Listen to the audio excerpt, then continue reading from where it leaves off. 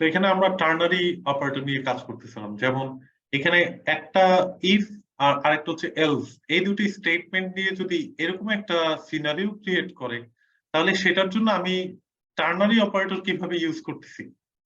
তাহলে কন্ডিশনটা প্রথমে সেম কন্ডিশনটা ইউজ করছি, that number 1 equal number 2, so এটা তো অলওয়েজ ফলস, বিকজ কখনো ইকুয়াল না।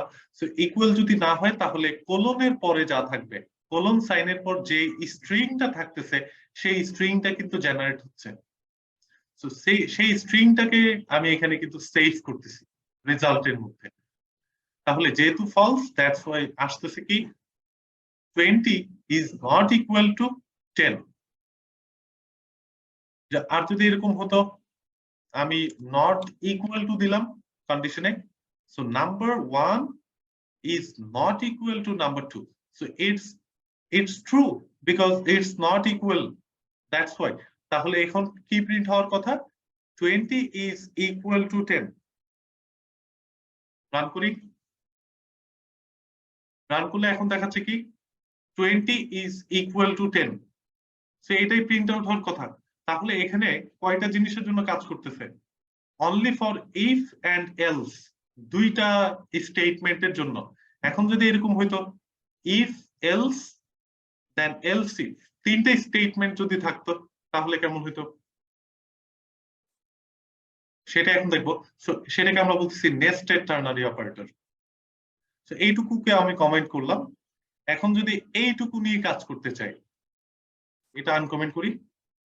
এখানে যেভাবে কাজ হয়েছে, একটু যদি আমরা স্ট্রাকচারটা প্রথমে একটু দেখে নিই। সেই স্ট্রাকচারটা কেমন, নেস্টেড টার্নারি অপারেটরের জন্য এখানে একটা প্রথমে কন্ডিশন থাকতেছে, এই কন্ডিশনটা ট্রু হলে তাহলে কি হবে, কোয়েশ্চেন মার্কের পরে যে এক্সপ্রেশনটা থাকতেছে সেটা এক্সিকিউট হবে। আর যদি কন্ডিশনটা ফলস হয় তাহলে অবশ্যই সেকেন্ড কন্ডিশনটা চেক করবে যদি থাকে। So second condition that means else if এর মধ্যে যেরকম কন্ডিশন থাকে সেরকম।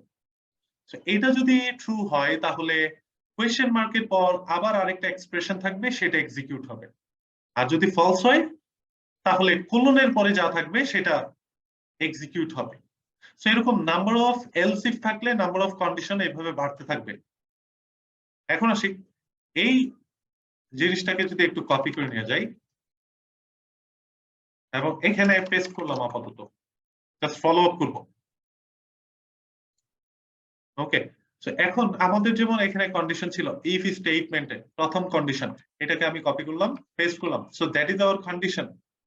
যদি এটা ট্রু হয় তাহলে কি হচ্ছে, কোয়েশ্চেন মার্কের পরে কতটুকু থাকবে, একটা স্ট্রিং জেনারেট হবে। সেই স্ট্রিংটাকে আমি কপি করলাম। So that's a string, because এটা একটা ইন্টিজার নাম্বার, এটা একটা স্ট্রিং, আবার এটা একটা ইন্টিজার নাম্বার। কনক্যাটেনেশন হলে তার মানে কি পুরোটা একটা স্ট্রিং হিসেবে কাজ করবে। So copy and then paste, so this one is a string। এখন যদি এই কন্ডিশনটা ফলস হয় তাহলে তো পরে আরেকটা যদি কন্ডিশন থাকে তাহলে সেক্ষেত্রে আমি বলতেছি কি colon then another condition from else if। So এই কন্ডিশনটা কপি করলাম, পেস্ট করলাম। এখন এই কন্ডিশনটা যদি ট্রু হয় তাহলে কি করবে, ট্রু হওয়া মানেই হচ্ছে কোয়েশ্চেন মার্ক থাকবে এবং এটার পরে যা থাকবে সেটা জেনারেট হবে। সো আমি এখানে বললাম এই স্ট্রিংটা কপি করব, পেস্ট করব। এখন যদি এই কন্ডিশনটাও ফেল হয় তাহলে আরো কন্ডিশন যদি আমাদের অ্যাপ্লাই করতে হয় তাহলে আমি আবার বলবো colon then copy another condition like this one, copy and then paste it here, and again this condition যদি true হয় তাহলে এটার পরে যেই স্ট্রিংটা থাকবে সেটা জেনারেট হবে। তো এটা কপি করলাম and then again paste, then আর যদি কোনো else if কন্ডিশন না থাকে, else if স্টেটমেন্টের ভিতর আর যদি কোনো কন্ডিশন অ্যাপ্লাই করতে হয় তাহলে আমরা সেক্ষেত্রে বলবো colon else থাকতেও পারে আবার নাও থাকতে পারে, রাইট? সো else যে থাকবে সেটা কিন্তু ম্যান্ডেটরি না, নাও থাকতে পারে, depends on our requirement. So এখানে যদি else স্টেটমেন্টটা অ্যাপ্লাই করতে হয় তাহলে কোলনের পর এই স্ট্রিংটা বলে দিতে হবে। সো সবার শেষে সেমিকোলন। তাহলে এই স্টেটমেন্টটা কত বড় হয়ে গেল, সো প্রত্যেকটা কন্ডিশনের পর কোন একটা জিনিস অ্যাপ্লাই হচ্ছে, কোন একটা স্ট্রিং জেনারেট হচ্ছে। সো জেনারেট হলে সেটাকে আমি সেভ করতে পারতেছি স্ট্রিং টাইপের একটা ভ্যারিয়েবলের মধ্যে, লাইক রেস।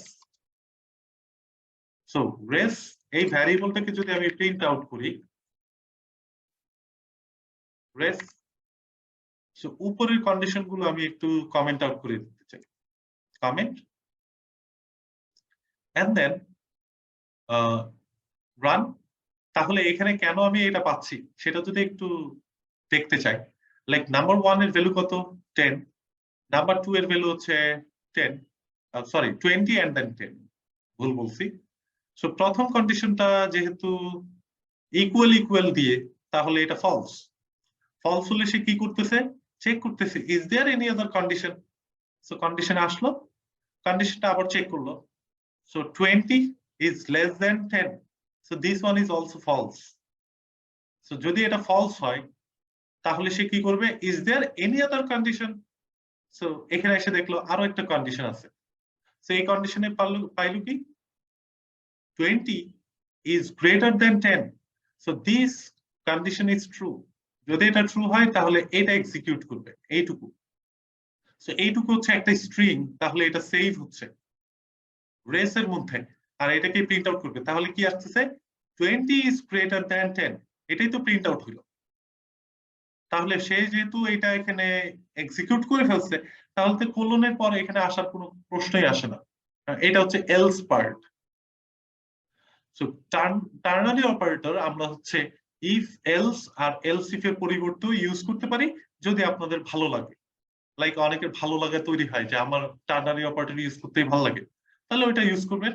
আর যাদের ইফ এলস এলস ইফ এই প্যাটার্নটা ভালো লাগে তারা এটা ইউজ করবেন। সো নট ম্যান্ডেটরি যে আমাকে টার্নারি অপারেটরই ইউজ করতে হবে। সো এইখানে টার্নারি অপারেটর নিয়ে হালকা পাতলা লেখা আছে যে it's a one linear replacement for the if then else statement, but এটা অনেক সময় আমরা যখন মনে হয় যে if else এর চেয়ে আমি এভাবে আমার কাছে সোজা লাগতেছে, তখন আপনি এটা ইউজ করতে পারেন। It depends on you.